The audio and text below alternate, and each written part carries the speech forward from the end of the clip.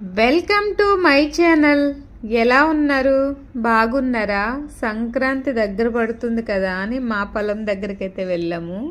అసలు సంక్రాంతికి పొలానికి సంబంధం ఏంటి అనుకుంటున్నారా? మేము ఈ పొలం దగ్గరే ఉంటాం 2 days. సో అందుకని అక్కడ ఎలా ఉంది ఏంటి అని చూడడానికి వెళ్ళాను. చింతకాయలు అయితే మాకు సాంబార్ పెట్టుకోవడానికి అయితే చింతపండు అయితే రెడీగానే ఉంది. అలాగే కరివేపాకు కూడా ఉంది.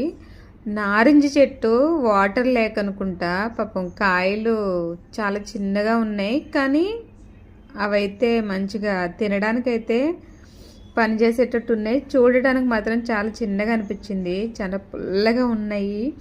ఏదేమైనా సరే మన తోటలో మన చేతులతో కోసుకుని తిన్న పళ్ళు అయితే చాలా బాగా అనిపిస్తుంది కదా. నేనైతే ఇప్పుడు ఈ పొలంలోకి వెళ్ళినా చాలా ఎంజాయ్ చేస్తాను, నాకు అంత ఇష్టం.